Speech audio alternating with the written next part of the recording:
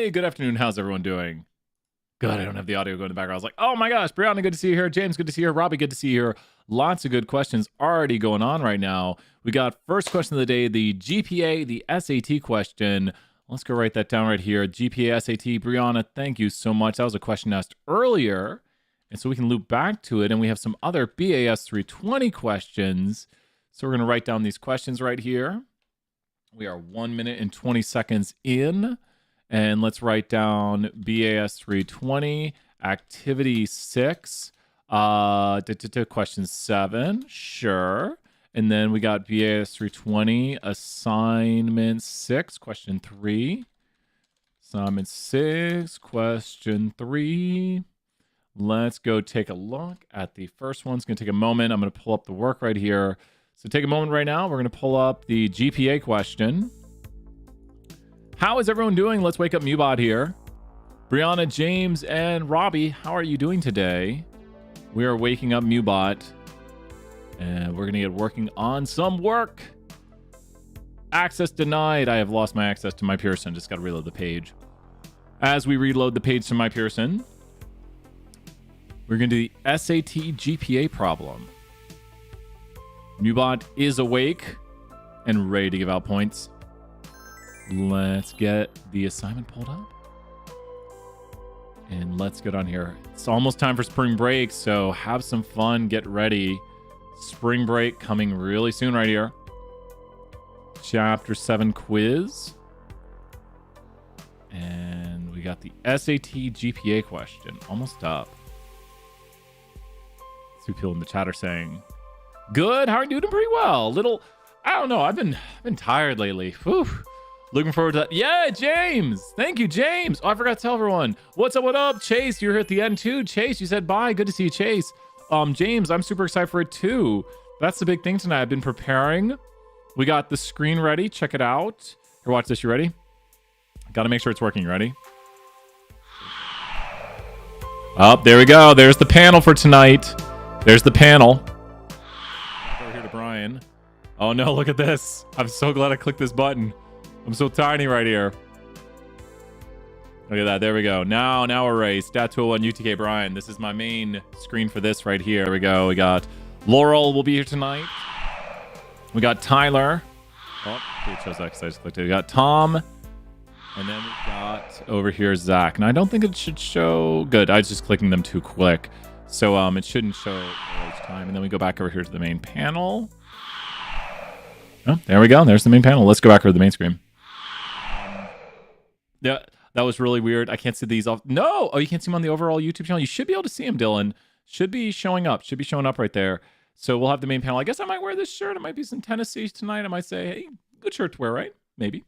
Let's get that SAT question. Dylan, great to have you here. We just finished up some 475 doing some coding.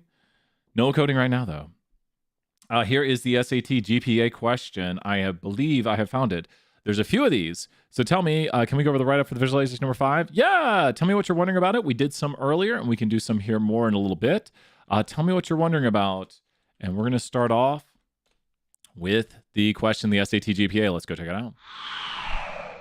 So this question right here is the SAT GPA question. And the number one thing you need to use to solve these will be the what. Who knows where we're going to go right here. If you're in Stat 1 and you get these problems that have you solve them by hand, you say, I don't have time to solve these by hand. Where are you going to go? If you're in Stat 201, what will you use? Oh, Brianna, good question right there. The officers, oh no. You're going to go here to the modules. And under the modules, you'll scroll down a little bit till you get to Chapter 7. And you will go to the Regression Solver Pro. Now, we found out we're going to give some 4 extra points on this assignment because the Excel calculator right here, the Excel calculator works 100% correctly, but there was a problem we were looking at earlier, the marijuana question, and my Pearson did not give us enough decimals. We like to say, not today, my Pearson, but my Pearson got us today. But hopefully this question is the not today, my Pearson. So this is going to allow us to do the work. There's the one we were working on earlier. It's going to allow us to do the work, but not have to solve the equations by hand. It's important we know the notation. That's probably one of the most important things we know about this problem. We need to know that R is correlation. Standard deviation of the Y variable, that's going to be GPA because that's the Y variable. Mean of the y variable, that's going to be mean of GPA because that's the y variable. So let's go ahead and start taking some of these numbers right here. Where it says the GPA, let's look at GPA, has a mean. We're just putting the mean of GPA of 2.67. Sounds like my GPA. The mean of the X variable is the mean of the SAT score, 1236. Please tell me if I type something wrong. The standard deviation of the X, that is going to be the standard deviation of the SAT score, which is 126. And those numbers should be in the hundreds or thousands because those are the X variable. And then the standard deviation of GPA is 0.55. And last but not least, we need the correlation. The correlation right here is 0.41. And there we go. That's only like how to find the slope and the intercept, how to determine if they're like, oh, good question, Jackson. We'll do that here in just a little bit. You got it, Jackson. Let me write it down. So let me put down Stat 201, visualization 5, slope, intercept, statistical significance. And we'll do this here in a moment, Jackson. You got it. Good questions right there. We got more than enough time. Love it. Thank you. So seriously, thank you so much for everyone who comes here and asks questions. One of my favorite things is busy office hours. When they're slow, I'll do random code. And so if you ever see us office hours where we don't have people, I just do random code. 5 decimals. I guess because it's very small numbers. So the intercept is right here. And oh my gosh. I think that's accurate. And the slope is right here.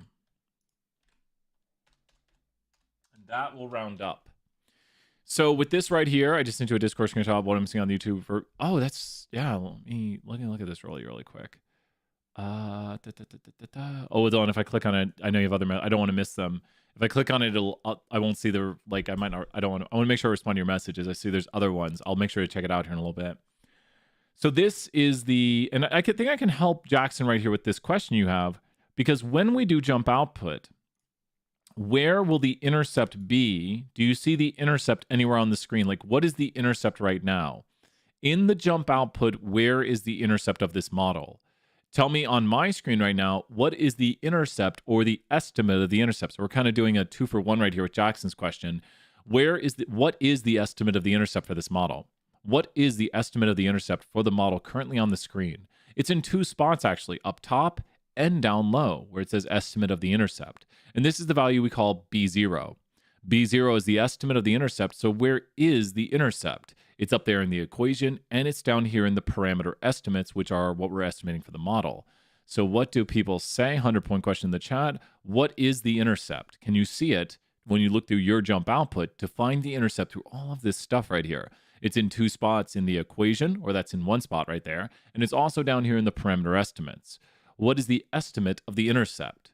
So we should be able to identify it. Great job, Jackson. You got it. That's the intercept. That's B0. You got 100 points right there. Great work, Jackson. And then what is the slope, Jackson? And so what is the slope? What is the slope? You can put just the first few decimals of it. For this model I've created right here, if you're looking through your output, what would be the slope? And we don't actually need the analysis of variance section. What is the slope estimate? Which is, you see over here as 0.0018. This is known as B1 in notation. So in notation, this is B1. What would the slope estimate of this model on the screen be? Which you also see the equation up top written out for you. And you see down there the estimate of the slope. So what would be the estimate of the slope in this equation? And then I have one additional question. 8.9, Jackson, another 100 points. So Jackson, when you think about an XY relationship, would we want the slope to be statistically significant, or do we want the intercept? What dictates kind of the way in which X and Y are related? Would it be the slope of the line, or would it be the intercept? Now, they both make an equation, but which relates more to the way in which they're related? Is it the slope that really tells us the relationship between the 2 points, or the slope, excuse me, the slope is this, or is it the intercept? It's the slope, right? So this is the p-value for the slope. And the p-value for the slope, if it's below 0.05, lets us know that the slope is statistically significant. Oh, cool. Let me take a look at that. The overall 475. Scroll down to the bottom of the list. I didn't post it to the top. One available video is hidden. Scroll down to the bottom of the list, and it's also live on the YouTube channel right now. I should have put this towards the top of the list. Whoops. I've been trying to actually move those to the top, and then I forget to move one to the top. I think it's at the bottom of the list, Dylan. I'm going to say, oops. I think it's at the bottom of the playlist. I think it is. Because I meant to, I always mean when I make them to, I don't know why it does that. Maybe there's a way to make it so it puts it to the top every time, but it puts it to the bottom by default. So we have right here the intercept. We have the slope. Explain what the y-intercept of the regression indicates. The intercept is going to be when x is equal to 0. So when someone makes an SAT score of 0, which doesn't really sound possible, the standardized, yeah, we might have time. We've done that one earlier, but Jalen, we'll try to do that right here. Good question. This is going to be when someone has a SAT score equal to 0.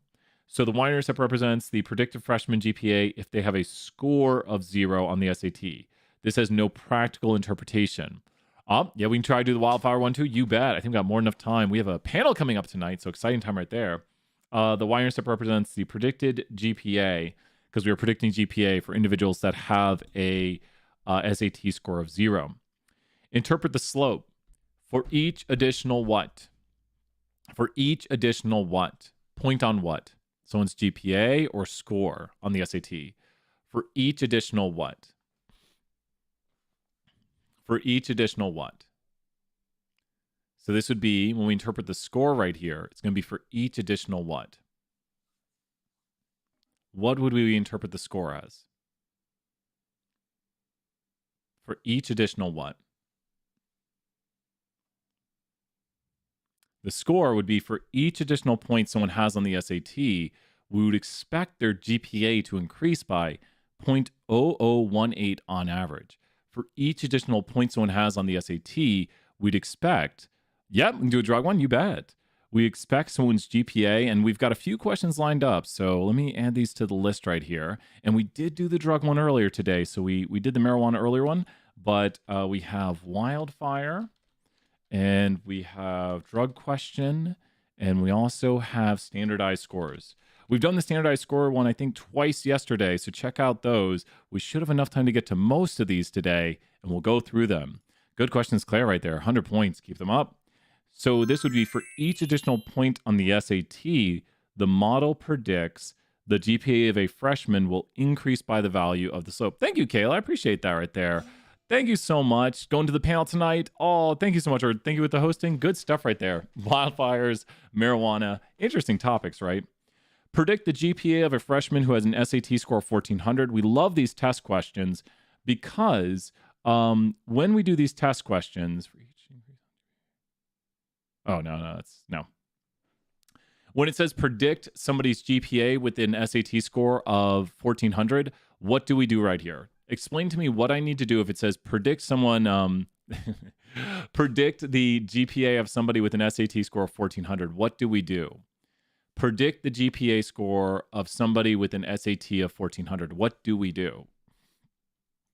So what do we do if we say predict the GPA of somebody with an SAT of 1400? What would we do right here? So take a moment and be like, okay, so we need to predict the GPA of somebody with an SAT score of 1400. What should we do mathematically? Thoughts on this one? Exactly, Brianna. Great work right there. Another 100 points in the chat. So we just add in the value, make sure to carry decimals, and then we are going to predict. There we go. And round to 2 decimals. Wow. Carried a bunch of decimals just to round to 2. There we go. Based on these statistics, how effective do you think these scores would be at predicting academic success during the first semester of the freshman year of college? So these have a small correlation. I think this is one of my least favorite questions right here. This is a possible Brian could get it wrong. You never know. They are going to be pretty weak right here. The correlation value is pretty low. I like this one.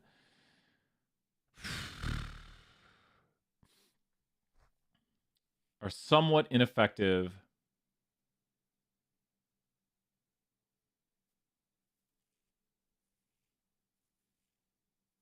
They're not very effective. They don't. That's ridiculous. The SAT scores are somewhat effective. That's possible. See, I'm between these two. SAT scores are somewhat effective at predicting academic success because the value of correlation is positive. The positive part doesn't matter, though. it could be negative and still be effective. So I'm always afraid on this one right here. Truthfully, if you answer either of these, I would give you full credit. Both of these are reasonable answers. SAT scores are not very effective at predicting academic success because the value of correlation is low. They have some relationship. They are somewhat effective, I would say. We're going to get it wrong. Watch. As a student, would you rather have a positive or negative residual? What would you rather have? So think about this right here. If we think about our model, so positive or negative in the chat right now, would you rather have a positive or negative residual? Remember, we are predicting based on somebody's SAT score what their GPA will be. We're doing the GPA. So would you rather have a positive or negative residual? I know that is an evil question right there. It's a very subjective question. It's like, well, correlation of 0.41 is kind of moderate, so maybe it's somewhat effective. I know I've gotten it wrong before in the past. That's one of those ones where I look at and I'm like, I've gotten that wrong because I've second guessed myself. So you can email me on that one if you get that one wrong. Be like, hey, Brian, you said you would correct this, and I will. Just be like, this is one of those ones you said is evil. Positive, I'd rather have a positive 2 because that means you are above what you were predicted to get. Here's the prediction and here's the actual, and we see here a positive residual. So very clearly we would want a positive residual. So a positive residual would be better. It represents having a higher SAT score than, no. It represents having a higher GPA because we are predicting somebody's GPA. I think we have everything. I started to, it's been a crazy day. So with this right here, SAT scores are somewhat effective. Ooh, better not today, my Pearson, not today. What in the world? It's totally today. What happened? What happened? Ooh, our equation is wrong. Did I misenter something into the equation? Today, my Pearson. Totally. Today is the day. Today is the day. Y variable is GPA. So the standard deviation of Y is this. The mean of Y is this. The mean of X is this. Standard deviation of X is this. The intercept is this. Oh, really? No, wait. That's, oh my gosh. Do you see it? Do you see it? Do you see the problem? I cannot believe this. If it's really that this is the one error we had that I didn't expect, what is the error? Do you see it on the screen? If that's the error that turns it to 100, I'm just going to be like, really? Not the error that turns it to 100. So that's accurate. No way is it going to change. So I think this answer down here it's saying is still wrong. What is wrong with this? 1400.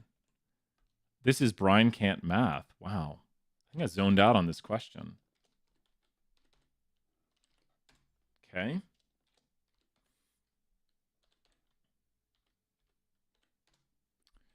So 9.26. Wow, what did I do? Well, the old equation wasn't that different, though. I guess with 1400, that would be a big difference, right? Even the smallest of difference with 1400 would make a big difference. Wow, I really zoned out. I really dropped the ball on that question. Sorry about that. Yeah, it just came down to the mathematics. Sorry, I think, I don't know, the coffee hasn't kicked in today. That is the worst we've done on a question in a long time. I was worried about the one question, but it really boiled down to not carrying the decimals right here. And truthfully, what you probably should do is put the 1400 right here, and then you'd get the answer. So if we had put the 1400 right there and gotten the answer, the regression solver would show us the answer. So who's following me this right here? Make sure your numbers are accurate. This was all just an example to show you what can happen. No, I have really made mistakes on this one. This right here, once again, if you do not enter every number in exactly the way it wants, it will give you an error. And once again, if you were to enter in this right here, what could you do if you enter in this and it says you're wrong? Because this is within what I would say, well, obviously you did it right. What should you do? Someone in the chat say it. If this happened to you, where you rounded the tiniest of bits wrong right here, what should you do? Bye, Kayla. What should you do right now? If this happened to you, And then down here, you also had that your thing is a tiny bit different because of this. What should you do? You should message me immediately and say, hey, Brian, I basically had this. It's because of this rounding right here where it wanted to 5 and I did it to 4. Message me and you will get your points back and eventually you'll get it correct. We've changed something else apparently. So make sure to enter it in the right way. It sounds weird when I say incorrectly. Enter it in correctly, not incorrectly. With that, let's start with the main screen here. We'll take a break. We've covered the visualization. We did it earlier today, and check it out. We'll probably be doing some more visualization here in a moment, but check out the visualization playlist, and we'll do some more visualization here in a moment. Let's go check it out. Okay, the next question online for us is going to be activity 7 for BAS 320. Let me pull it up right here. Let's go take a look at activity number 7, and then we'll be doing some visualization soon coming up here. Thank you so much, everybody. I feel bad when I get something wrong. It's just like, sometimes your mind shuts down. We were on a huge streak of nothing wrong, and then we lost it. We lost that streak. But we will eventually. Let's go back on the streak of getting everything right. I think it's activity 6. Activity 6, that's it right there. Let's go bring that up right here. 21 minutes, 55 seconds in. Let's go check it out. Yep, should be on Discord later, definitely. I'll get done teaching a little bit later tonight, and then I'll be checking out Discord. I get done teaching I get done with the panel tonight around 7:30 Knoxville time. And then I'll be doing some Discord, relaxing, eating some dinner. So we have right here, transformations of variables. So when it comes to transformations of variables, we need to take our data and transform it. Now, what does that mean? What is a transformation of data? Transformation of data means you have right here, variable in the service, sale price and usage. Let's go grab these. Sale price and usage are going to be from the bulldozer data set from library reg class. And let's go load up the bulldozer data set. And now let's make a model from sale price from usage from data equals bulldozer data set. Okay. So when we look at this right, yes, Kayla knows right there, find transformation. We got a lot, Bristol. Let me know which question you're working on. We got a lot of videos. Tell me which one you're stuck on. We can go find something or work on it here in just a moment. You bet. With this right here, Kayla's pointing out a big function we can use called find transformations. Now, what does find transformations do? If we have a linear model right here, like the following, we can try to do a transformation on it. Oh, cool. Yeah, we should look at that, Dylan. We should definitely look at that. And so this right here is a model that looks kind of good. Now, what do you think? 201, 320, it's kind of there, but what might be some of the issues? The transformation isn't going to help this a lot. But what do you think might be part of the problem with this model right here? What do you see as part of the problem? Good job, Dylan. See you later, man. What do you think is part of the problem with this model? Why does this model look kind of not good? Why is it kind of not good?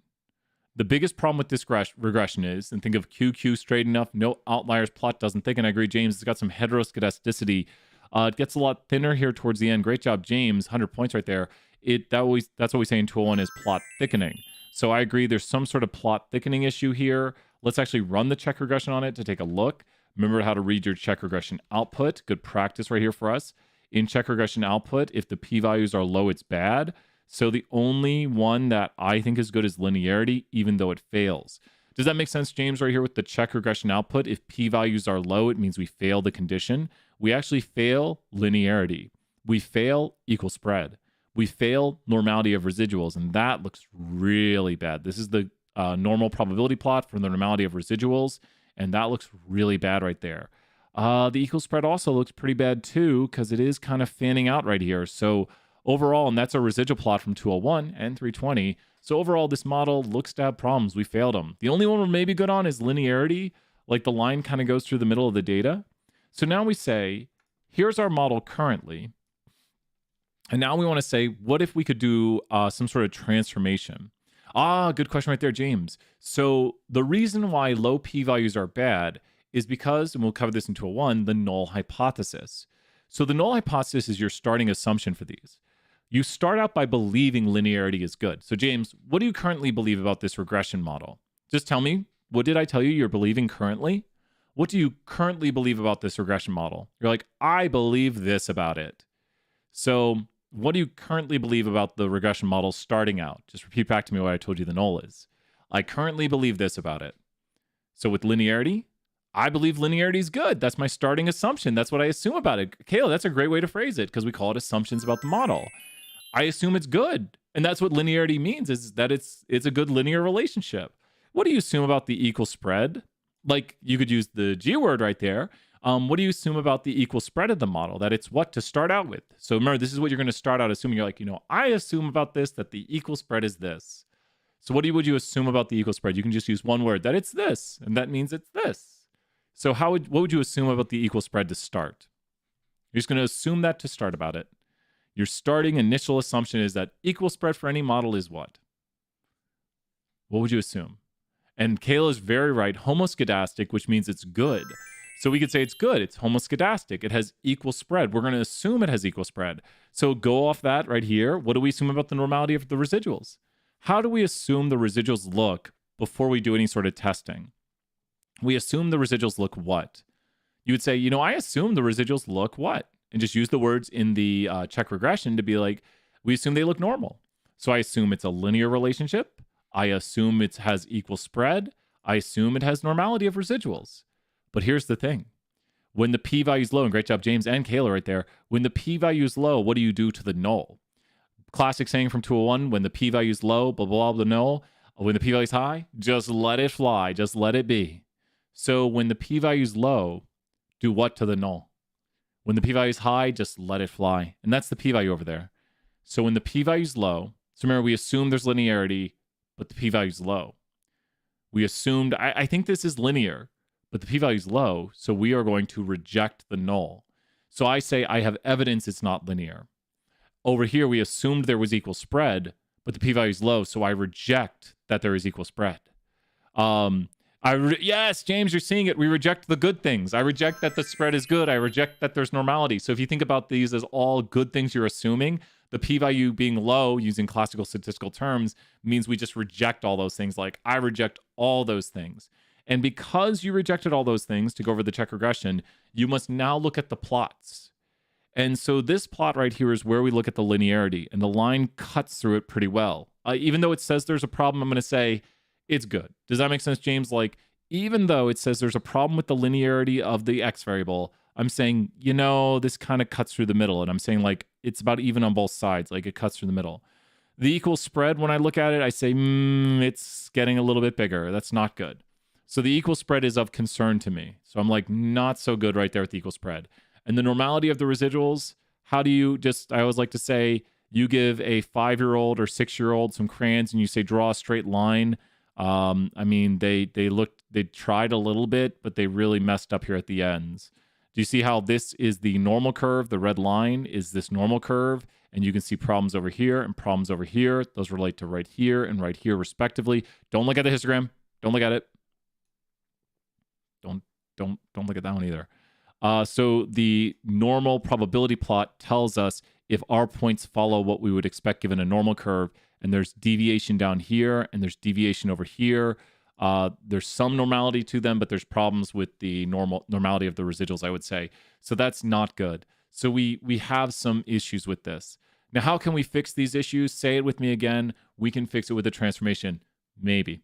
So transforming your data means you're actually doing like a mathematical raising it to a power. So for the graph on the far left, you're looking for even spread. Yeah, exactly. You're looking what you'd want to see, and I can show you a good one. I think I can make a decent one. I'll show you a good one right here. It helps to see like the right things to see. Okay, did I not? Oh wait. This one's pretty good. There we go. This is pretty good right here. I can maybe make some better ones, but this is all right. This one, I don't think it fails any conditions. Ooh, normality of residuals actually fails, but here's the thing. When you look at the normality of the residuals, you see how all the points are within, like, pretty close. Normality of residuals is the only one where there's a problem. And so you look at this and you say, you know, it really doesn't look that bad. It's kind of close to the red line. Doesn't really go outside of these kind of meh lines. But does that make sense right here? Yeah, chapter 7 quiz. I think we just did that. We just did that one, and I did really bad at it. So check out the first part of that video right here. We did it at the very start. I used the regression solver. I forgot to carry some of the values, but check out the very start of the video right here. 5 minutes in, we went over the SAT question right here. So you can rewind the video, and I don't know if we'll have time to go back to it, but great question right there. The SAT question, really good one. And carry all your decimals while working the problem. And if you don't, let me know, because I had a decimal error and it didn't work out so well. So when we do this fine transformations right here, you're welcome. Thank you so much. Everyone's so positive. I love it. Even when I get problems wrong, everyone's very nice to me. The graph on the far left was him saying, pretend it's a cookie. Yeah, exactly. Pretend it's a cookie, as Kayla's saying right here, and you want to cut the cookie in half. And that's okay-ish. So when you look at the cookie, you're thinking this is a cookie, and you want to, I just want a cookie, cut through the center of it right here. You're just cutting down this weirdly shaped cookie and cutting through the center of it. So there are ones that do not work well. To show one that does not cut through the center, got to pull up data sets that show it really well.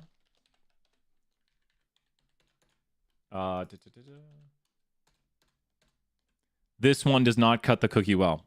Does that make sense right here? So this one is ridiculous, not linear. You can also see the heteroscedastic nature of it and the bad residuals over here.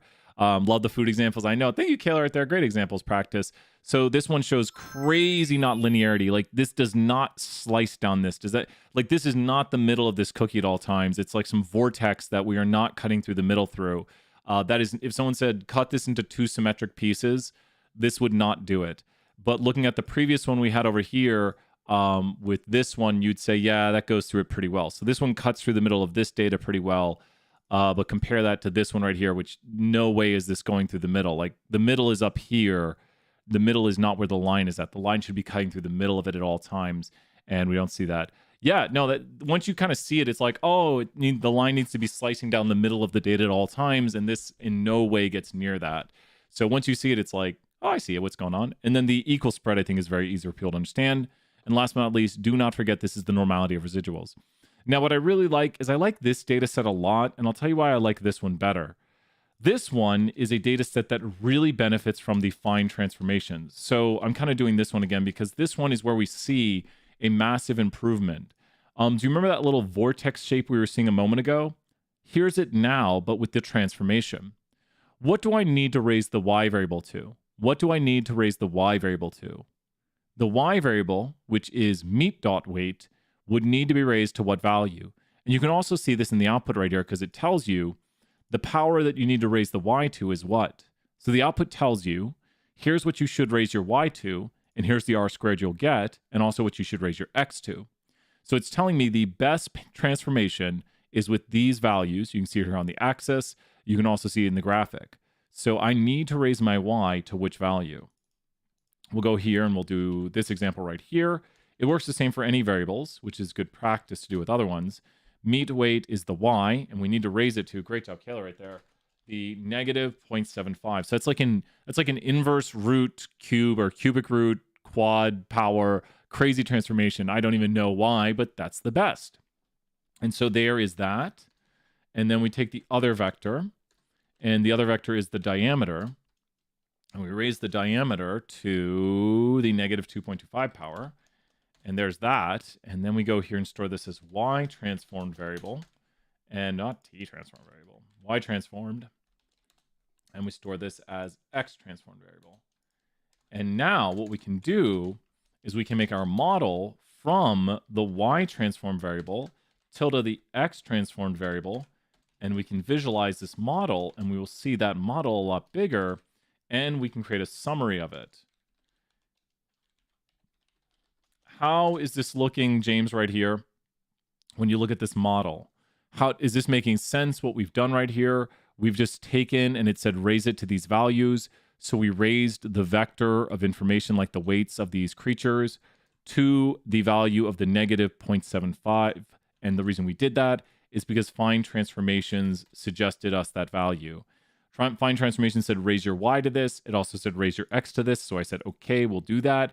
I stored them as objects. I created my linear model from them, and then I can look at all this right here. What are you thinking? We're probably going to do some more here in a second. I think we have one more 320 question after this, and we're back to 201.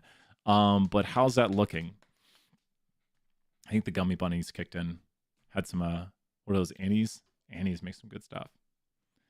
What are people thinking? Give me your thoughts. This is how we find transformations for models. And transformations allow us to fix things like linearity or unequal spread better. So when it asks if you can model with the transform values, would we say yes? Depends. It depends. Like the one in this problem, that's why I'm not so fond of it. The sale price and usage, if you run the transformation on it, we really don't get much of an improvement. So here's the new model up here, the best one. We see the R squared. All right, again right here. The R squared was 1%, which means 1% of the variation in sale price is explained by usage. And now we're up to an R squared of 3.7%. We need to raise the Y to the third power. We need to not transform the X variable. So we would go there and transform the Y variable to the third power, which means cube it. I don't know why that's working, but apparently cubing the Y variable will create a relationship where we can explain 3.7% of the data.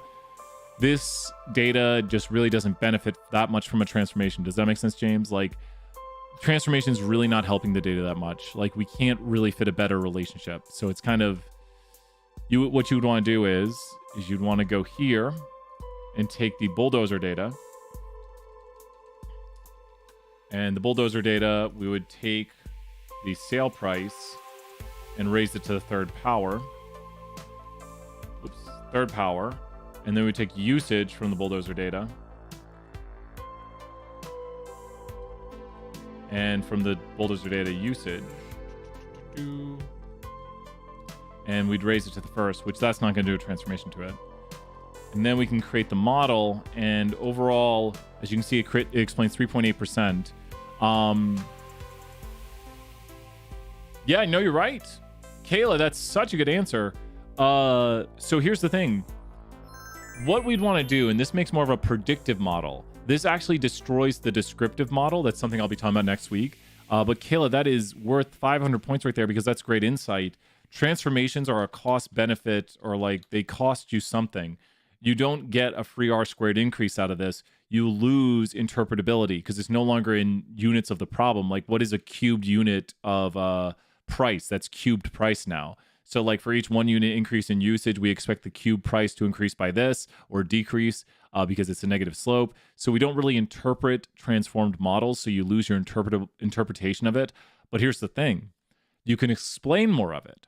So it's got better predictive power because it has smaller residuals, a smaller sums of squared error. So you're increasing your predictive models awesomeness and you're decreasing your descriptive models awesomeness because you're turning it more into a model that we just say, oh, it just predicts things. And then you could untransform the predictions out of this, which is something we'll look at also. So you could make a prediction with the transformed values and then untransformed it because whatever prediction I make out of this, I would need to do what to the prediction? So any sort of predicted value out of this would be a cubed unit prediction. So I would need to take the cubed root of it. Does that make sense, Kayla? Really great insight right there. So if it's closer to the actual problem population. So yeah, if it really helps it, like if we get an R squared increase from like 75% to 95%, we might use it. But once again, I'm not the biggest fan of transformations, but it can help with creating models that actually work. And then you lose the descriptive power of your model. Like no longer do we interpret the slope or the intercept because they're kind of weird units, but we can still interpret the R squared and talk about our model explains this percent of the data. So no, great insights right there. Good questions. We got another 320 question on the way right here. We've got question 6 or assignment 6, question 3. Let's go take a timestamp. 39 or 40. 10 right here. Let's go ahead. We'll put on a little music. Assignment 6, already got it up. We're doing some slope and intercept interpretation after this. There's a lot of great questions. We do have some untransformations. Okay, let's look at the body fat stuff right here. Ooh, I like this question. Let's go ahead and take a look at it. Here we go. Okay, so I don't know if we transform this one. I don't think we do. So we've got right here, load in the EX3 body fat data frame. So this is where we go right here and we go data. Kayla level, whoop! Love it. Awesome work right there. We're loading in the EX3 body fat data frame and we're gonna probably make some predictions, I think on people's biceps from their triceps. We'll find out here in a moment. Let me load up the homework packet. Homework packet number 35. There we go. Homework packet 35 open. And let's go do this. Things around page 127. We looked at this earlier today. There's the abalones, housing, and body fat. We want to predict someone's body fat. So is body fat the Y or the X? Stat Tool 1 should also know this. Good question right here. We want to predict someone's body fat. So is body fat the Y or the X? Based on their triceps. So is body fat the Y or the X? Predict and examine 95% confidence. Is the Y variable correct? It's the Y variable. Variable of interest. Great job, James and Kayla. Predict and examine 95% confidence and prediction intervals and body fat percentages when triceps are 18 and 31. So the first thing we want to do is create a linear model. Let's go right here, M save into, and it's fat and tricep, right? Fat and tricep. Okay, there we go. Fat and tricep. There we go. Triceps. Data equals Y tilde X, comma, data equals. Kayla and James, how many times have you said to yourself, Y tilde X, comma, data equals? Y tilde X, comma, data equals. That's our format there where we make a linear model. This is the formula format. It's the first argument. Evening. Hey, Leland, good to see you here. Let's throw everyone. I will throw every time a random Leland appears in office hours, maybe only a few times. I'll throw 1,000 points. Random Leland in the office hours. How do people feel about a random Leland getting us 1,000 points? Give shout outs to Leland right there in the chat. Leland, so good to see you. Just hope you're doing well, man. Always good, but always good to see you, Leland, in the chat right there. Can you come Monday? Leland getting shout outs in the chat right there. I was like, Mr. Stevens. I was like, Leland, come on, man. Call me Mr. Stevens right there. Leland's cracking up. So fit a model predicting fat from triceps. Define a data frame called to predict. I call it to predict sometimes. You'll try anytime you want, Leland. I'm going to talk again sometime, obviously. No, we talk every time. Leland's one of my friends right here. Leland, are you free? I could call you and you could say hey to the stream if you wanted while we do some work right here. If you want to say hey to a YouTube stream. But Leland's one of my good friends back from college, but so good to see you here, Leland. So that's why I was like, oh, it's Leland. Good to see you, Leland. So we are input and triceps. We're going to put in tricep values of the following. There we go. It's almost spring break, Leland. We're trying to focus. We're not doing a good job at it. Don't worry, we're having some fun. So there's the tricep values. So imagine this. You can go and measure someone's triceps right now, right? I think it's triceps, right? We can measure someone's triceps, and then we're going to do what with this? We're going to measure someone's triceps, and then we're going to do what? We're going to measure someone's triceps, and then we're going to do what right here? Measure tricep, and then use that to do what? You think about the name of what we're calling it. We're measuring someone's triceps, and then we're using it to do what? Like, kind of says what it's doing right there. Kind of, we named it something to do with that. Explain body fat. Pretty much predict it, right? Predict. Robbie, great answer right there. We're going to predict. Now, here's the thing, and this is why I love 320 methodologies for doing this. We could do it the Stat Tool 1 way, and then we could worry about my Pearson getting mean at us. So watch this. Here's the intercept, right? That's the intercept. Here is the slope, and here is the first person's tricep value. And we got to put this in. Even I forget sometimes. And so now we just made predictions. Does that make sense right here? Like, I just made predictions. So we did it. We've done it. We've shown how it works. We know the answers. But there's a code for this. Does anybody know the code to predict? What code could we use to predict? Take a moment right here. 100 points in the chat. What code could we use to predict? Where do we get the 18? Oh, where do we get the... Oh, the 18 comes from the question. Good question, Kayla, right there. It says, predict someone who's 18 and 31 triceps. Good question there, Kayla. What code could we use to make predictions? What function allows us to predict from models and stuff? What functions would allow us to make predictions? Any idea? Let's try some right here. Close. If you start typing predictions, you will see predict. Now, there is no predictions. There's just predict. And predict right here is the function to predict things. So what are we going to predict from? Our model, but that makes predictions from only the people inside our model. What if we go here and type new data equals, and then we type 2.predict? And those answers we just got a moment ago, even more decimals carried for us. So it's going to do a little more decimal place accuracy. It's going to carry all the decimals for us. So here's the thing. If we had more people who said, predict my body fat, predict all these different body fats of these individuals, we could go right here and make predictions for all of them just like that. Now, you could go and solve the equation by hand and all that stuff, but that's what we would do in tool 1 when it says, like, predict a value for a person with this. But instead, we're just saying, okay, here's the X values, because these are the tricep values of individuals. And then we would say, let's just make predictions using our model right here. And the new data that we're using predictions on is the to predict data frame. The to predict data frame is literally just a vector inside of a data frame of tricep values. So those are the values we're going to make predictions on because those are the X's. So you can see right here, visually speaking, we have a model, and the model is a linear model, and we're just going to get the red line predictions right here. Now, what we don't have is we don't have right now confidence intervals. The confidence intervals are shown to us visually right here. To get the confidence intervals, we need to go here to interval, and on the interval, we need to say interval equals confidence. And there's the confidence intervals, which is the tighter one, or prediction. And there's the wider one. Now, here's the thing, and I'm probably not going to do all of this question, but I want to explain what's going on right here. The confidence interval one is the tighter one because a confidence interval is for what 4-letter word, meaning all the data. The confidence interval is for the what of all the data.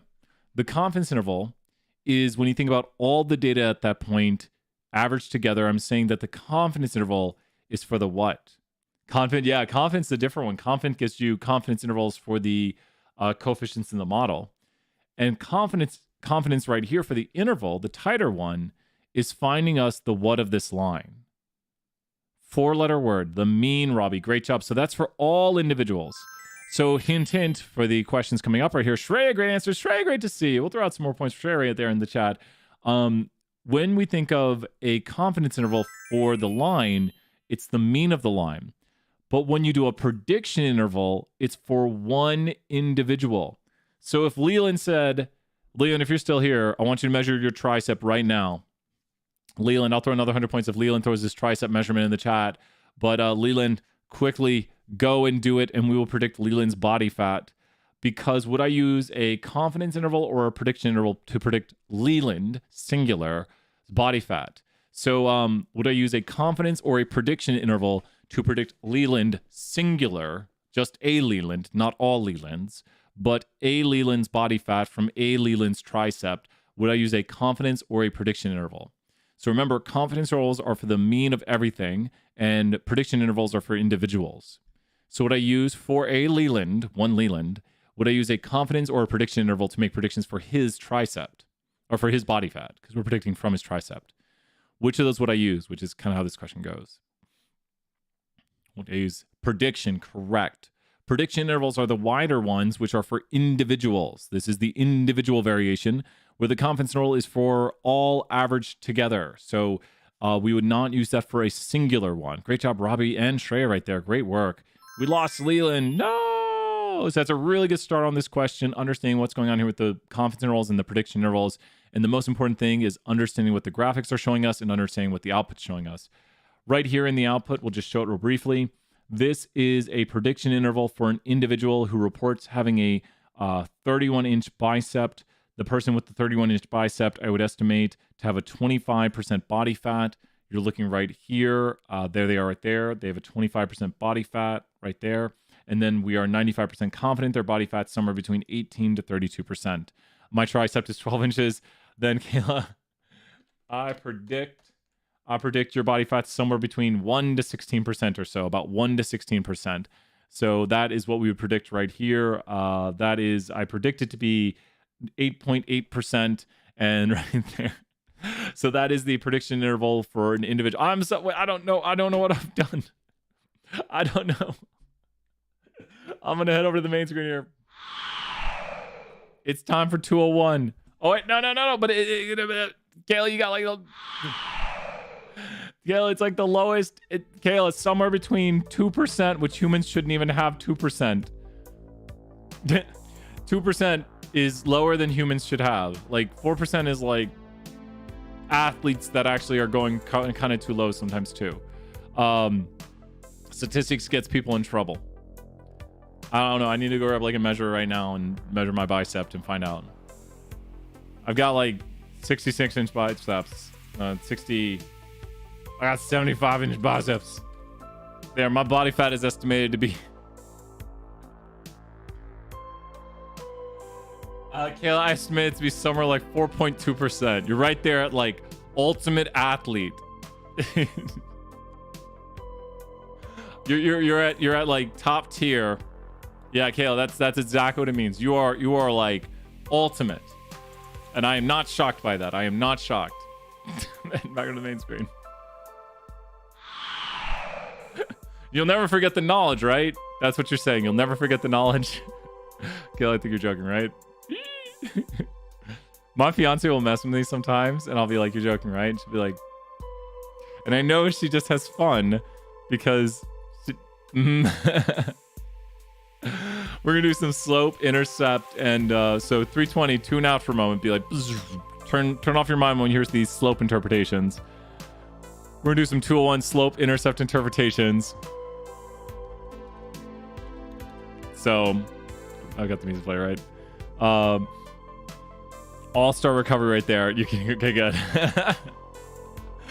I'm like always 9. We just had a stream bloop right there. That was thanks to Brian right there. We broke the stream. All right, let's check this out. Leland just went by to say hi. That's cool, though. I appreciate it, Leland. Okay, let's look at this question right here. This is the other drug use and the marijuana question. And let's go take a look. Here we go with some interpretation. Okay, so we're doing some interpretations of a My Pearson question. And let's start here at the very beginning. What are our conditions 201 for regression? What are our conditions for regression?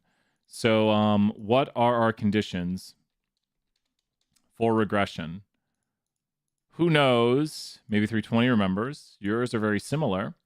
What are our conditions for regression? What are the conditions? Little QQs. So Shreya will remember.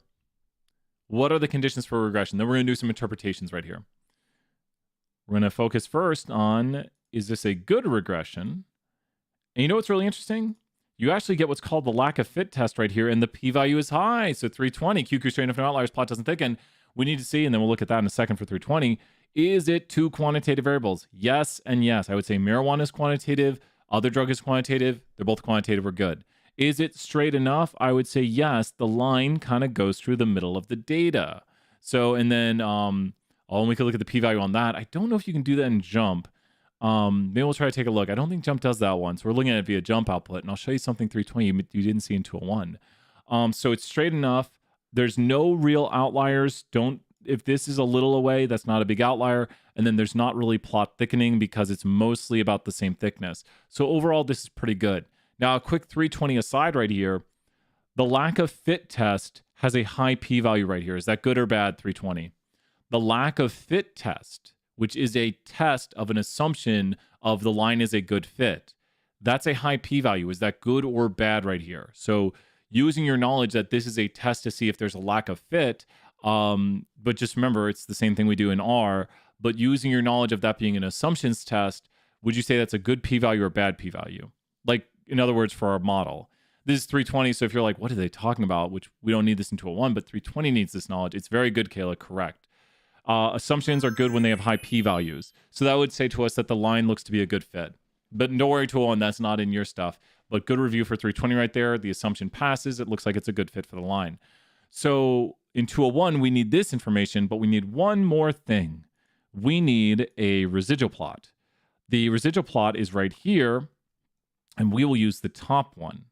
Now, what is one thing we could really look at, which I don't see much of? What do you think I'm trying to look at right here by saying, not so bad? I mean, there's very little data right here, so this is not so bad. Maybe I'll be more specific. These might be worse. I'm trying to think if I have the other data set open. What do you think I'm trying to look at here by being like, yeah, maybe, I don't know. Not so bad. Not so bad. Good job, Kayla. Excellent work. I'm looking at the plot thickening of the residual plot, and I'd say it's not so bad. So residual plots allow us to look at plot thickening. But the main thing we're going to focus on here for a moment is the interpretation of the regression coefficients. The regression coefficients can be found in two spots. They can be found in the regression equation. They can also be found down here in the estimates from the regression model. Great job, Shreya. Oh, we are not having class tonight. We have the event, Shreya and Kayla. So swing by the event. It overlapped with class time. It was like the only time we could do it. Not today.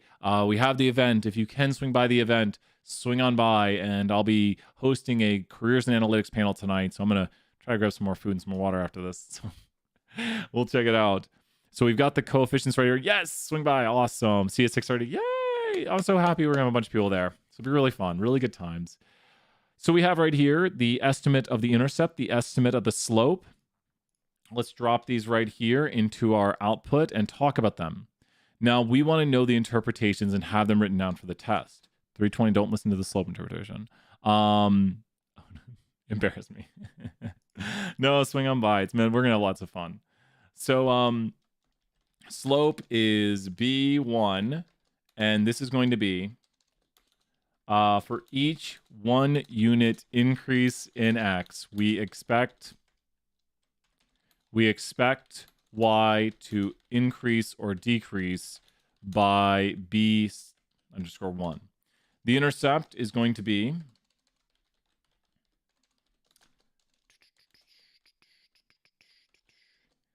intercept is when X is equal to 0, we expect Y to equal B0.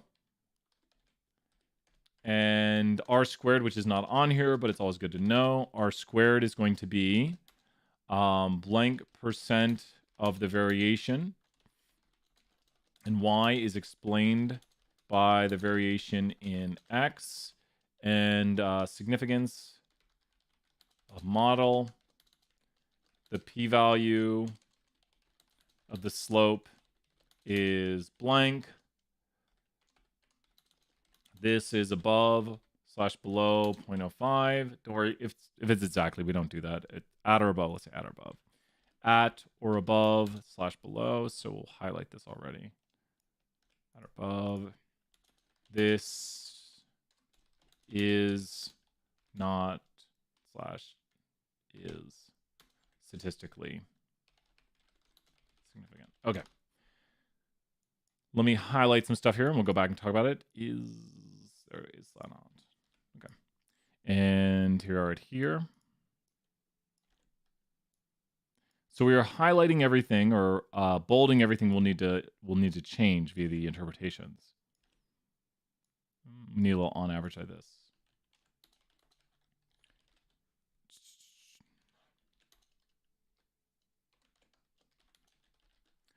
Okay, there's that. Making these as perfect as possible. Some graders are really picky. Okay. So with this right here, we have the slope interpretation.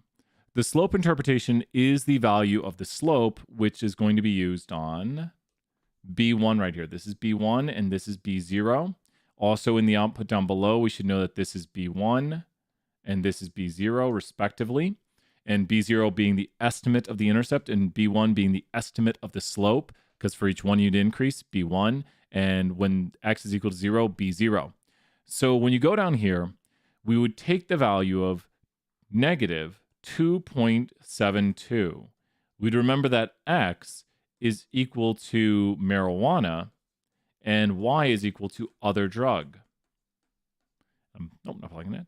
So for each 1 unit increase in percent of marijuana usage, we expect the percent of other drug usage to, and this is going to be decreased because it's negative, to decrease by we can just say decrease by 2.72 on average. So, oh my gosh, did I check out the intercept? Dun, dun, dun. Grab the intercept. Sure. Round it up. For each 1 unit increase in the percent of marijuana usage, we expect the percent of other drug usage to increase, because it's positive now, by 0.629 on average. Awesome. Great job, Trey, right there. Great work. 100 points. Appreciate it so much. When x is equal to 0, so now we need to grab the intercept, negative 2.722.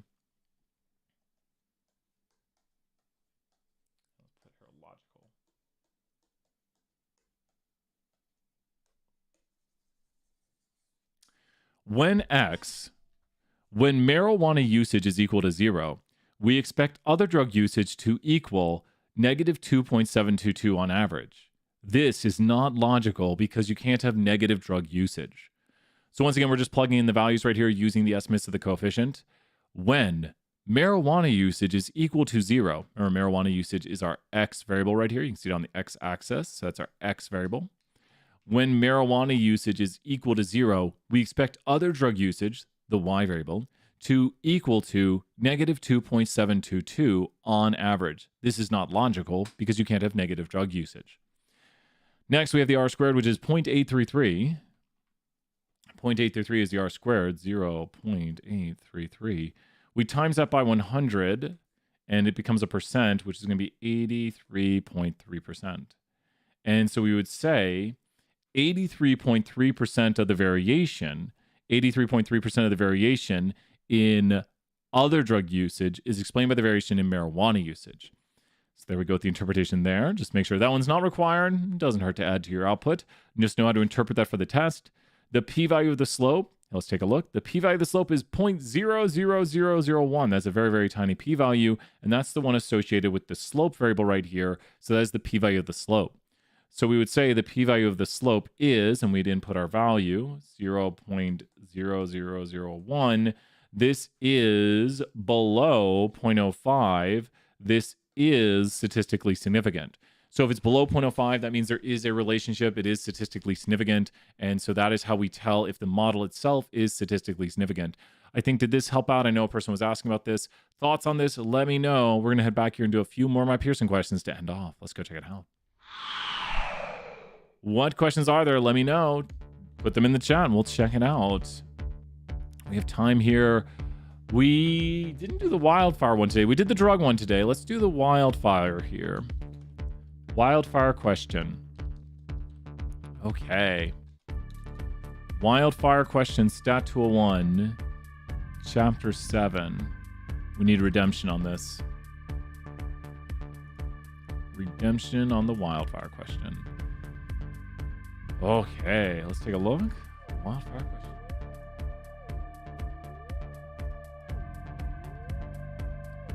High school students?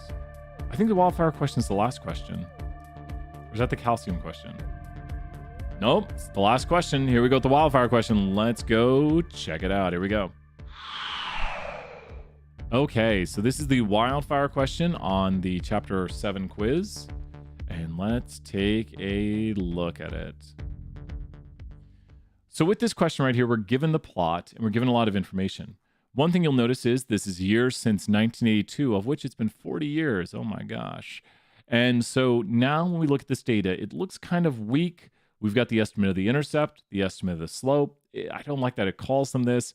The standard error is basically your average error. Like we were talking about that a little bit yesterday in the afternoon class. I think it's like how much error is there typically. And you can kind of see that by the residuals being large throughout this graphic. So there's a kind of large miss because the r squared is kind of low. We could also find out things like correlation, which is going to be the positive number of the r squared if we square root it. So let's go here to r squared and let's square root it. And that's the correlation. It's better correlation than I thought, almost 50%. So it's moderate correlation. Do you think a linear model is appropriate? So we have to think QQ straight enough, no outliers, plot doesn't thicken. Overall, this looks pretty good. It's two quantitative variables because years since is a quantitative amount. It's quantitative here of the amount of wildfire burned like that year. Then we have, is it straight enough? The line goes through the data. Are there no real outliers? Nothing really extreme. Look, you want to find things that really jump out to you. Nothing extreme. And the plot looks, it might get a little thinner over here, but overall, not horrible. But overall, I'd say this is pretty good. And so here we go. Yes, the relationship is straight enough and strong since it passes. No, it doesn't pass through most of the data points, but it's not very strong. So we're already starting off with that understanding that this is not very strong. It looks like appropriate, but it's not super strong. Interpret the slope in context. The slope is going to be for each additional year. We're just covering interpretations. For each additional year since 1982, we expect the amount of land damage and wildfires to increase by this amount. So it is increasing. That's really all we need right there per year. Very quick interpretation. Can we interpret the intercept? Yes, because the intercept is going to be the year of 1982. So when we do the intercept right here, we're actually saying when it is 1982. The intercept represents the amount of wildfires at the model starting point in the year 1982 because it's years since 1982. What does the standard error tell us? One of my least favorite questions on this. Standard error is just like standard error, like average error, typical error. So we're just thinking, what is the standard error this model makes? And it looks kind of large. What do I mean by kind of large? Well, a model that makes small error would have the points close to the line. A model that makes large error will have the points farther away. So they're just asking you to visually look at this here and ask yourself, do the errors look small or large? And they look kind of large. What do we mean by errors? We mean how far away the points are, the typical size of the residual. 320, RMSE. That's what this is. So we're looking at the typical error the model makes, or the typical size of the residual, and it looks kind of large. It's usually about 1.8. Once again, you don't have to know what that is for the Statistical 1 test. It's just asking you, are the residuals kind of large? And they are kind of large. If they were small, they'd be close to the line, which they're not. Last but not least, right here, we see the R squared. This is the percent of variation in Y explained by the variation in X. So what does the R squared mean? 22.9% of the variation in the number of acres damaged by wildfires can be explained. Yeah, Bristol, which one do you want to do next? You're here. You can take a pick. If you're working on one, even if we've already done it, we can go ahead and do it. We should get everything right. Not today, Ma Pearson. Not today. We're back on the streaks again right here. We can get this going. But Bristol, tell us which one you want to do, and we will do it. Let's hop back to the main screen. It is your call, Bristol, to take a pick and tell me which one we're going to do next. But let me know. We'll take a pick and we'll do it. We'll see. Whichever one you want, we shall do. You are here. You get to pick. Let's see. There were a few other ones mentioned. We did the drug one earlier today, but we can do it. If someone says do the drug question right now. Drinking water with the calcium, you bet. I think it's the drinking water and calcium one. And if you're looking for one, if you're watching this video and you don't see the one you need, we might have done it yesterday. But we can do as many as we can get done for the next about 15 minutes or so. So let's head over here and start up the drinking water calcium question. Let's do it. Okay, I'm going to take a quick timestamp right here of the drinking water calcium question. And let's see. So this one is at 108:45. Drinking water and calcium.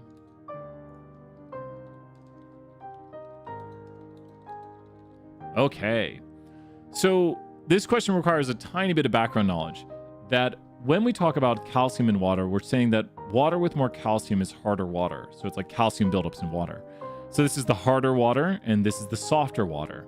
And we're looking at the mortality rate of countries, and I think this is in per 100,000, it might even say that. It's per 100,000 deaths, and we're looking at the calcium also for that water. The display to the right shows the relationship between mortality and calcium concentration for these towns. Describe what you see in the scatter plot. Well, there is a negative relationship. There is a fairly strong negative, good, linear relationship. Towns with harder water, and harder waters over here, tend to have lower mortality rates. Good stuff.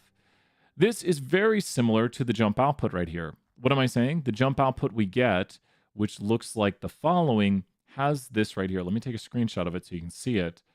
They're basically showing you this output a little bit different, but it's the same sort of output.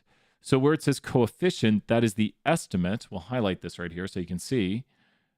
Where it says coefficient, that is the estimate of the intercept, and this is the estimate of the x variable.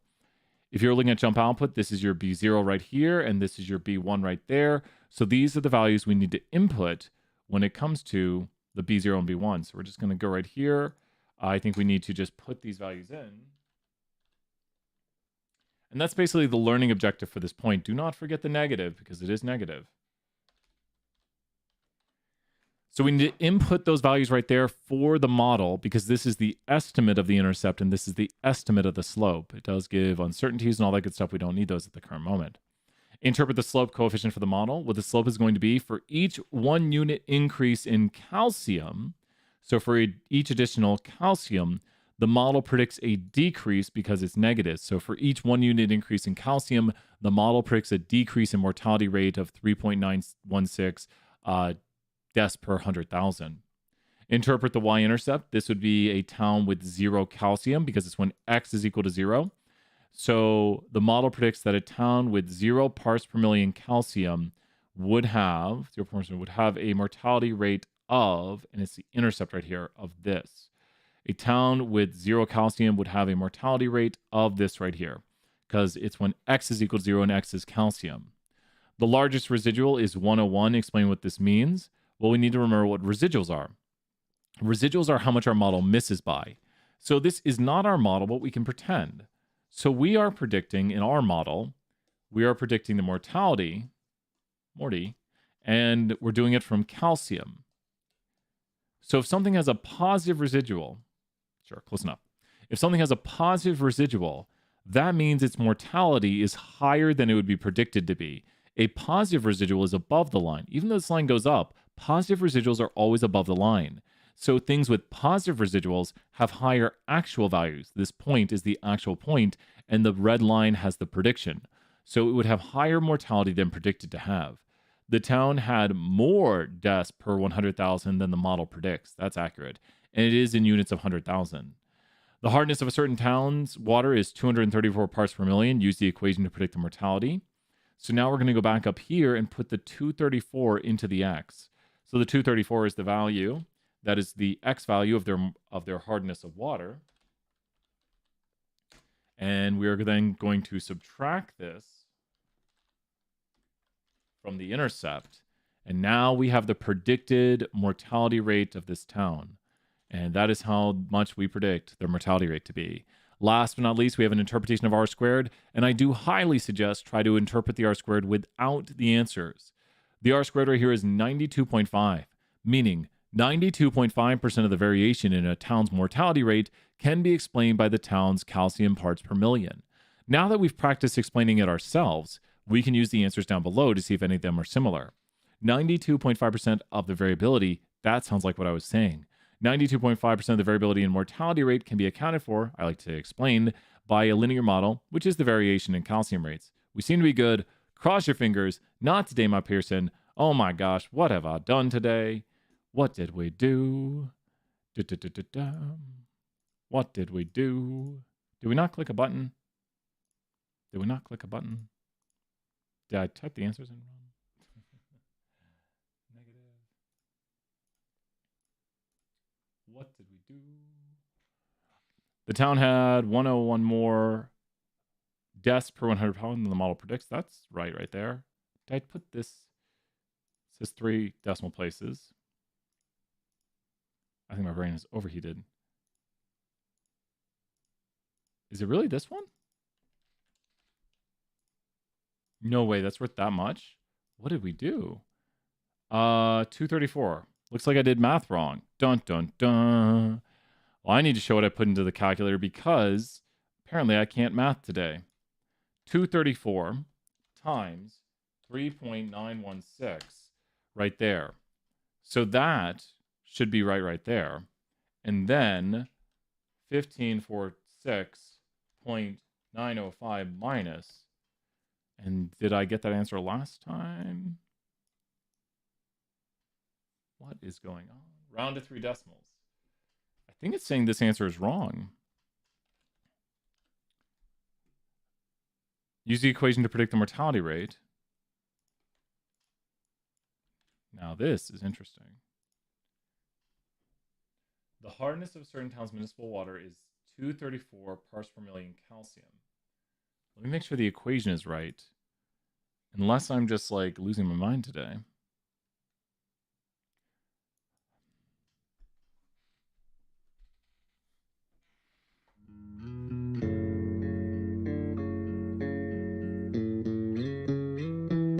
you see it, Bristol? Bristol, do you see it? I would give points back for this. Do you see it? Okay, so no. Well, I can show you what the error is. Do you see my error right now? Look at the output I have and see where the error is. Where's the error with what I've done right here? Where is my error? Where is my error? Where did we have an error on here? Where do we have the error? Exactly. And that fixes that. Wait, did it just change it? Am I going mad? Okay, that fixes that. That fixes that. And now, 2, 3, all we're doing is plugging in 234 right there for x. Do you follow me on this, Bristol? Is like, since we have the equation, we're going to plug in 234 for x. So now we're just plugging in that for x, and then we're multiplying that by 3.916. So we're going to multiply that by the slope coefficient, and there's that. Then we're going to take and subtract that from this right here, and we get this right here. So I know, right? I think my brain is overheated today, and it is that much of a difference. This is how much of a difference it was. It was this. It was that right there. It was that. And you know what's really weird? Is I think it might... We'll give it for that. No, it won't. It was a 1,000th. I would give you your point back. It was that difference right there. It was just this right here. It was that much. And it was also having this off by 1 decimal right there. It was that 1 decimal right there. So it was... This should be a 5. And then down here... That changed it to that. It was that much. These quizzes will drive you mad sometimes. I know, Robbie, right? 100 points, Robbie. It's just like, what did I do? I know, right? And I would definitely give you your points back if that was you. My brain's overheated today. Oh my gosh. I don't know why my brain overheated. This just says no. It says you lost all your stats knowledge. Shall we do? Let's do one more right here. What one shall we do? And this is Brian's chance to get one right today. It's Brian's chance to get one right. Which one are we gonna do? What question shall we do? Take a pick, any question you want. We got time for at least one more. We got time for more. I gotta start preparing for the meeting here soon. So what should we do? What should we do? Last question of the day right here. Take your pick. Whichever one you want. We'll get it right. We could speed run it. GPA, which one? There's a few GPA ones. Is it the SAT GPA one? There's the SAT GPA question. We started off office hours with that. We could do it. There's the GPA. Is it the GPA SAT one? GPA SAT one? I think I found it. So I think I know which one it is. I'll go grab it right here. It is your office hours, so we will do what people say. Let's do it. SAT GPA, you bet. Let's go ace this question. My Pearson can't stop us. Spring break-itis. Not going to make us get it wrong. Let's do this. Here we go. Okay, let's ace this question. Are you ready? Now, the number one thing you need to solve this question right here is to make sure to put in the values the right way. This was the first thing where we started going downhill today because we did not put in the right amount of decimals. So when we solve this question, we're going to go to the regression solver over here under Modules Chapter 7. This can be found under here under Modules Chapter 7. So go to the Modules Chapter 7 and download the regression solver, which makes the questions way easier to solve. Here we go. It is downloaded, and we're going to open it up. Opening up another version of it. There it is. And let's close out the old one, and it's gone. So let's go ahead and start editing it and get ready. Now, when you put this in, it's important to know what your y variable is. The y variable right here is going to be, decrease this a little bit. The y variable is, write the equation of the regression line predicting verbal.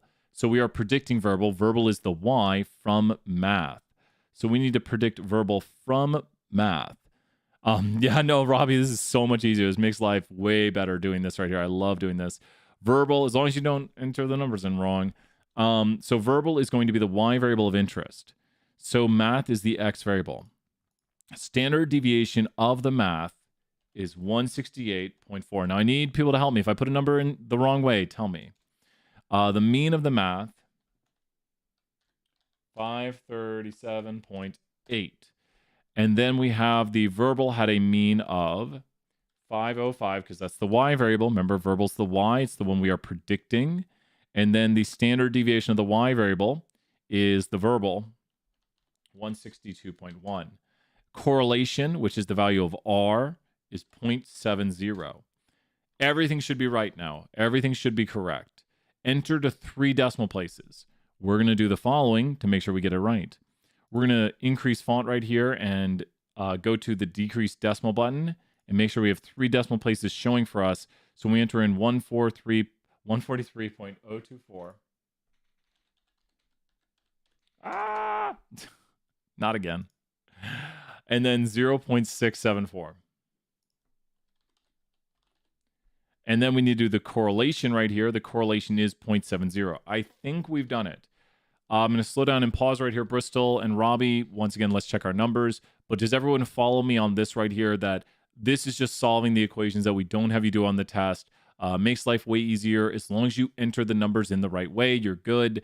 And we can then use this to solve things. We can also use the equations. We should be good on this. So everything should be accurate here. I keep saying should because today's been a fun day.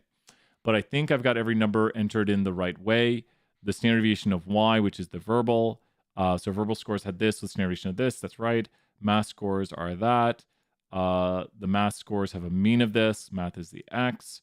And the verbal scores have a mean of this, because there we go. Do we get it on the... You won't use the solver on the test. You'll do more interpretations. Number one thing to do that I keep stressing is know how to interpret these things on the test. Know how to interpret the slope. Know how to interpret the intercept. Very, very important. Know how to do it. Know how to write it like you're doing for the visualization. Like for each 1 unit increase in x, we expect y to increase by b1 units. When x is equal to 0, we expect y to equal b0. Blank percent of the variation y is playing with the variation x. Very important to know how to do the interpretations and to know how to like write regression equations and solve regression equations. You won't have to solve for these values right there. You won't have to like solve for them using what I use the solver for. Great questions right there, Bristol. In general, what does a positive residual mean? So this is a great question right here, a good conceptual question. Anything with a positive residual would be what to its what? Anything with a positive residual, this one has a positive residual, would be what to its what? The context here, we could change it. So let's do this right here. Great job, Robbie, writing the equations in the chat. Good practice, Robbie, right there. Oh, class is not over. Anything with a positive residual would be what to its what? So if we're predicting verbal right here from math, anything with a positive residual would be that the what, so it always applies no matter the context. Positive residuals are when the what is higher than the what. A positive residual means it's above this sort of line that makes these. So a positive residual would mean what? The this, what does the A stand for? A positive residual means, and that's that point right there in the circle, and this is the positive residual, that's the P right there for the line of prediction. So if we have a positive residual, then the actual, what they actually made was higher than they were predicted to make. The prediction's below it because they're above their prediction. So the data greater than the predicted, exactly. So a positive residual means that the student had a higher verbal score than the linear model predicts. So their verbal was higher than predicted, the Y value. A person tells you their math score is 505, predict their verbal score. So we would go right here, we'd type 505 times it, and then add to it. So for this problem, we are just plugging in 505. Does that make sense? We are plugging in 505. I feel like something went wrong. No, that's right. That looks right. We'll double check it. So 505 times this right here plus, I think that's the same. Okay, it is. Good, good. So plug in 505 for X. They say, I made a math score of this. We can predict their verbal score from it. And that looks to be accurate. Hopefully I haven't made a mistake. Today's been a bunch of mistakes. We're fine, though. We're fine. Use the predicted verbal score now to predict their math score. Now, this is a weird question. We wouldn't do this. You don't use a prediction to make a prediction by doing the math prediction. So this is going to take this verbal score right here and plug it into a model that uses verbal to predict math. So now we're going to take this value right here, plug it in, multiply it by the slope coefficient, and add to it. So we're just plugging that in as the X value. And now we get a prediction of this, so 521. And it says round to 3 decimals. There we go. And so why does this happen? Well, this is not the way the regression is meant to be done. 2 of these answers are identical, and you can tell because it says the line given in part E minimizes the sums of squares in the verbal direction. Well, we weren't given a line in part E, so this one's wrong. We weren't, no, we were given. So wait, here we go. The line found in B, we did find one in B, that is correct, minimizes in the verbal direction. That's because it's the Y. This is the right answer. My brain's still boop, boop, boop, boop, boop. And so this is the right answer because the sums of squares is the error. So when you think about the error that we're minimizing, A and C are the same. There we go. Yeah, you can literally do it that way by seeing the line given in part E minimizes the verbal. The line given in part E minimizes the verbal, while the line in part B minimizes the math. So these are both, they just couldn't come up with another answer. So these are both the same answer, so they're both wrong. But the reason being is the way we do regression is we're trying to minimize the sum of the squared error. So we actually square this error to make them all positive. We've talked about that a few times in class, how we square the error. So we're trying to minimize the sums of squared errors. So this was our original equation, not quite, but we're pretending, and it's with verbal on the Y. So we're minimizing the squared error on verbal on the first one. So on the first equation we found, the line found in part B was minimizing in verbal, but the line found on, or the line given in part E minimizes on math. And to finish off, it's a 100. I'll take it. Just never, if you're off by a thousandth or a 10,000th, let me know, because it's so easy to misenter something. Please let me know. I need to go back because I think someone emailed me and I was like, oh, I don't get points back, but I think it's on the one, we found an error with my Pearson earlier, but once that error happened, I broke and it all went downhill. With that, thank you, Robbie. Robbie, 500 points. One time, the meanest thing a student has ever said to me was, do you even know how to solve this? I'm like, what? I'm like, everyone gets a problem wrong. It happens. I've solved all these problems like 500 times maybe. I'm not even joking. I've been solving these problems for 11 years or 12 years now. Oh my gosh. I've been solving these problems for 12 years. They haven't changed much. Regression hasn't changed in 12 years, I'll tell you that much. But it's easy to make a mistake. It's easy to mistype a decimal. And that's why I really love solving things in R, because if I want to make predictions in R, I just go right here and I just say, okay, here's my model, there's my statistics, there's my predictions. I don't got to worry about solving out the predictions. If I want to find the residuals of those points, I can just go here to residuals in R, and then I can get the residuals. If I know how to spell residuals, there's the residuals of the points. So you can solve them out really quickly. I've been stuck on the GPA. Oh, Robbie's, thank you so much. Once again, glad this was helpful. That's the goal of it. You know, hopefully you don't make the errors that I make, but we're here to practice, we're here to learn, and to understand the concepts behind all this. I'll be back here streaming just a little bit with some careers in analytics. Get ready, coming up soon. Bye for now, everyone. Bye. Careers in analytics coming up soon.